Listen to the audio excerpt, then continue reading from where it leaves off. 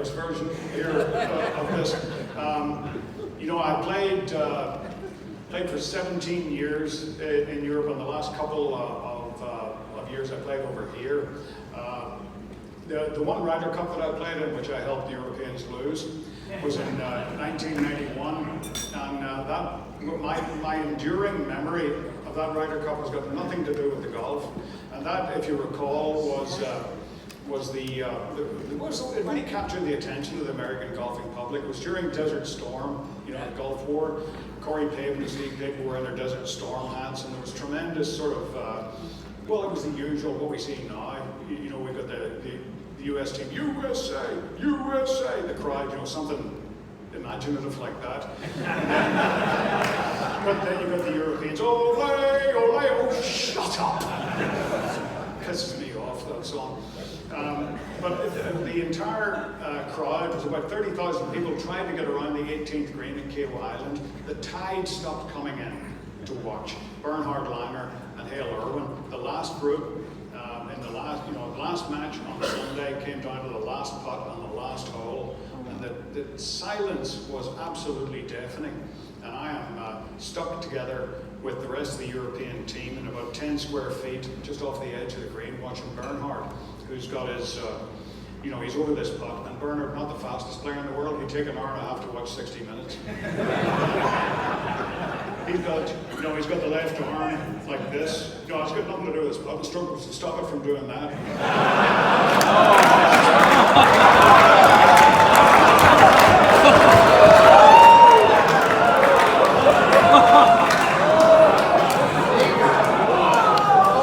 By the way, I have done this with him in the room. He's fine. So is Sir Nick.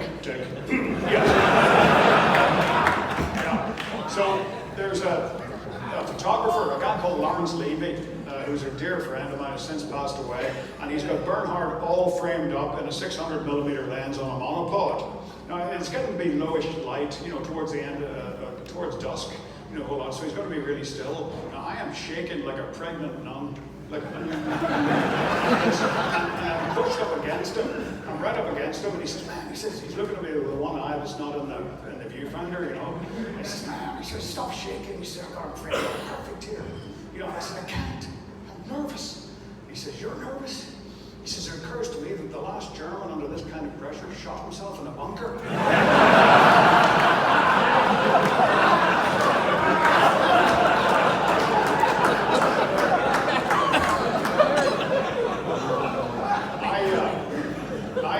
People ask me occasionally, how did you come to America? And I am so grateful for the fact that I'm here in America, but not so much for the way that I got here. I used to be married to this woman,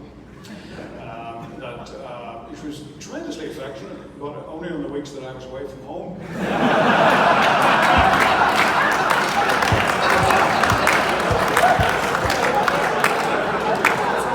It was a nightmare. They're going to have to bury her in a Y-shaped coffin. There's the woman that sent them home. But I came home from playing the German Open in 1993 in Dusseldorf. I come home and there's, we had two houses. We had a house in South Africa and a house in Ireland. And she was a great housekeeper, actually. She kept both of them.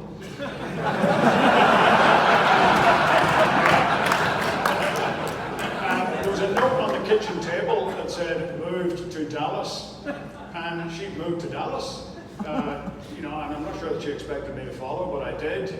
And I had to go through 14 rounds of a tour school. I'd already started drinking very heavily. This was not a marriage, this was like a 9-year hostage situation. And I was killing pain with whatever I could. I remember the last medical that I went through before I came to this country. The doctor was going through the blood work numbers, and he looks at one of them kind of weird. He says, how much are you drinking? And I'm thinking, I was hoping to avoid that one. Because at the time I was drinking sort of between 1 and 2 bottles of Bush Mills a day and taking 20 or 30 Vicodin, and functioning. That was the problem. And he said to me, how much are you drinking? I said, a bottle and a half a day. He said, of wine? I said, no, whiskey. He said, that's ridiculous. I said, have you ever thought about getting some help? I said, no, I can drink it all by myself. 7 years of medical school for that stupid question.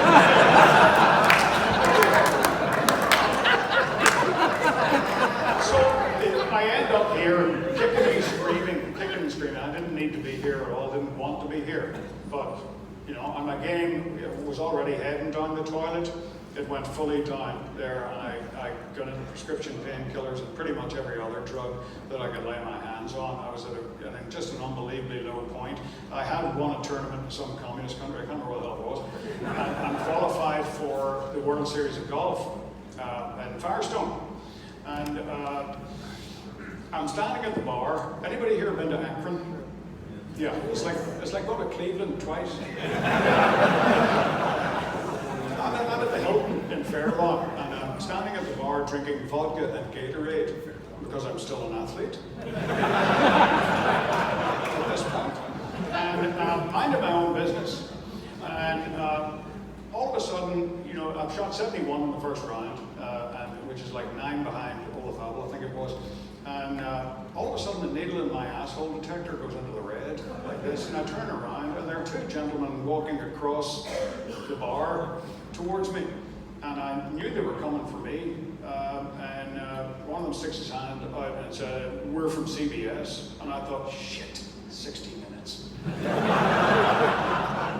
This will be some fearless expose on drugs in sport or alcoholism in golf or something like that. And you know, anyway, I'm kind of ambivalent about the whole drugs in sport thing anyway. You know, I mean, I don't understand why we're testing golfers for performance enhancing substances, all right? You know how pissed off I'm going to be if we find one? Substance, I mean, not golfer. Yeah, because none of them work. I tried them all for 20 years. You know, I'll run through some of them for you here. And then steroids, all right, I never did steroids. Even I could figure out, you know, the last thing, if you're a golfer, the last thing you need is smaller balls and a worse temper.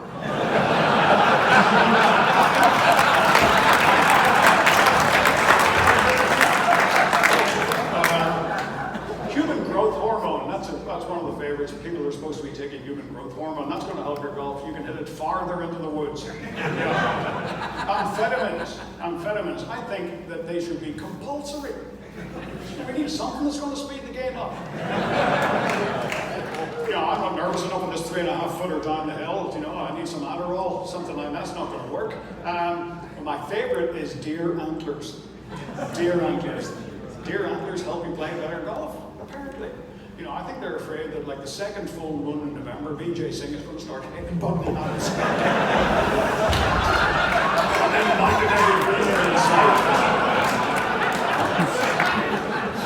It's ridiculous. But anyway, as it turns out, you know, these gentlemen have come not, you know, to do something for 60 minutes. Ben Wright has been fired for the comments that he made about the ladies' tour, the LPGA tour, rather, but he said, and I quote verbatim, "Well, you know, women don't play golf as well as men because their boobs get in the way."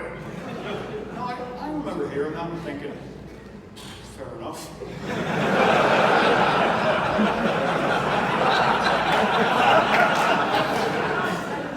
No, but he ends up getting fired because of it, you know, and they offer me the job right there after the first round of the 95, you know, World Series of Golf.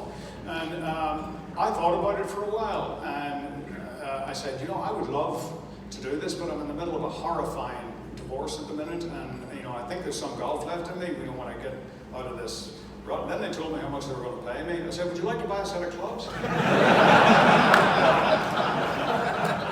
And the rest is kind of history. You know, it took me a while to get to NBC. How am I doing for time? Geez, I'm out. I can go all night. I don't care.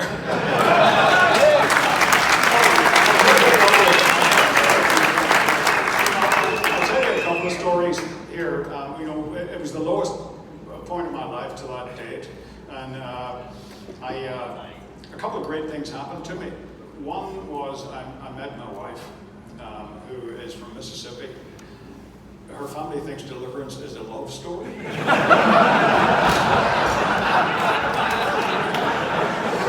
But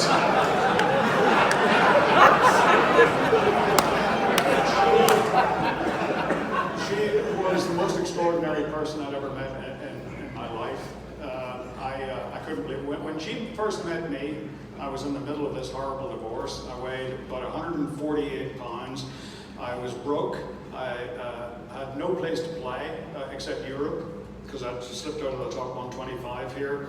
I was homeless, because she kept that as well. I'd given her everything, every cent that I ever earned, and it was worth it. Yeah.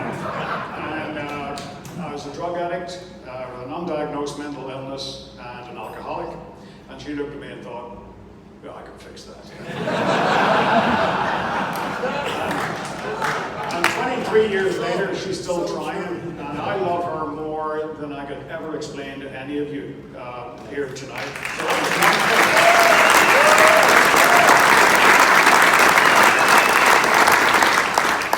That was one of the things that happened, but I'll end with an abbreviated version of what I usually do here. The other thing that happened was, about 10 minutes after I became a broadcaster, Tiger Woods turned pro.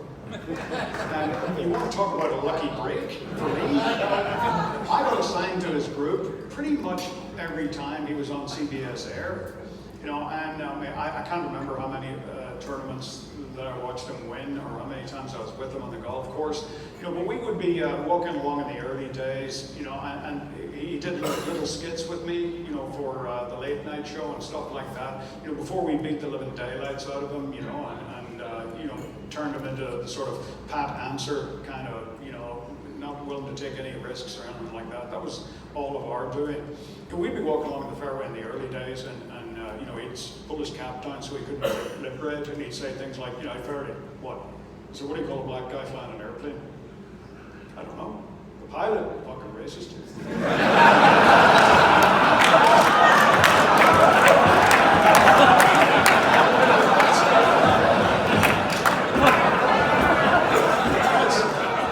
That's the Tiger I want on my show. I'm hoping he's going to be my last show. But just to illustrate for you how good he was, at one point in his career, he was, the next best player in the world was quite often Ernie Els.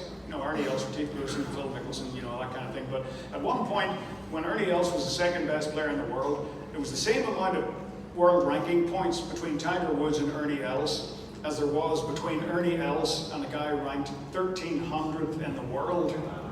That's how good he was.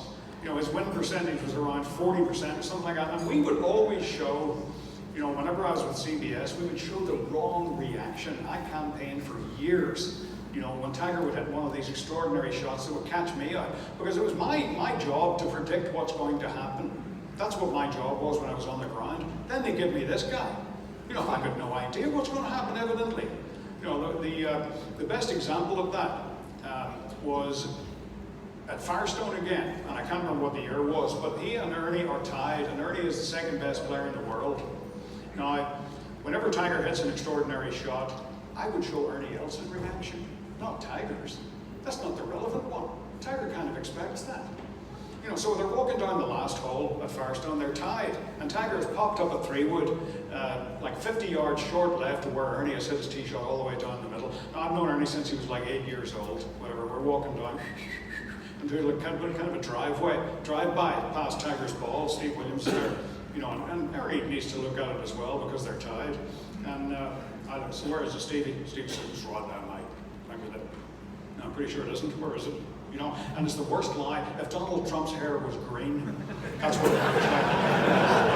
The grass is about that long, and it's been folded this way and this way. Somebody's sprayed Lacronet and stomped on the ball 2 or 3 times. It's horrific. He's got 184 yards to the hole from a lie that if you gave me a stick of dynamite in my sandwich, I couldn't move it 50 yards. All right? So I walk out into the fairway and I'm almost leaning against Ernie. I'm kind of halfway up against him like this, and Watkins, the little swine, has the call at 18. And he says, well, David, what's he got? So I flick my on-air switch on and I get my microphone up here and I say, Lanny, he's got nothing. He's got 184 yards, the flag's in the back left here, and he's going to have to chop this out, to the right-hand side of the fairway to get a clear look for his third shot at the flagstick. Okay, so I turn, microphone off, and Ernie looks at me and goes, yeah, whatever. And I look over at Steve Williams, and Tiger pulls a club out of the bag. You know, and Stevie gives me pitching wedge. I think, thank you, Jesus. You know, he's not going to make me look like an idiot this time. You know, so now the difference between Ernie Els when he swung as hard as he could and Tiger Woods when he swung as hard as he could was Ernie Els looked slightly less likely to fall asleep on the follow through. You know, it was just, you know, the club would come down like this. Tiger Woods made a swing that day. To this day, I've never seen anything like it. The first thing that I thought when he took a swipe at it was, oh my God, he must have torn his sack.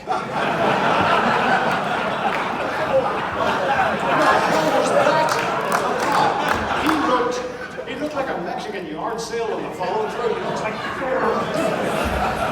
all over the place. And he took a clod of Ohio and about a cubic meter of grass came out and landed in front of me and Ernie, and it was like two paralyzed worms in a dead snail. And I look over at him just in time, he's like this, you know, to catch his eye line, you know, as the ball sails over the big red oak in front of the green, and it lands behind the hole, wham, like that, like a sack of wet assholes. In the dark. You know, I'm standing like an idiot, you know, with both arms the same length, thinking, well, I didn't see that coming. You know, and I just go to turn my microphone on just as Ernie turns to me and says, fuck me!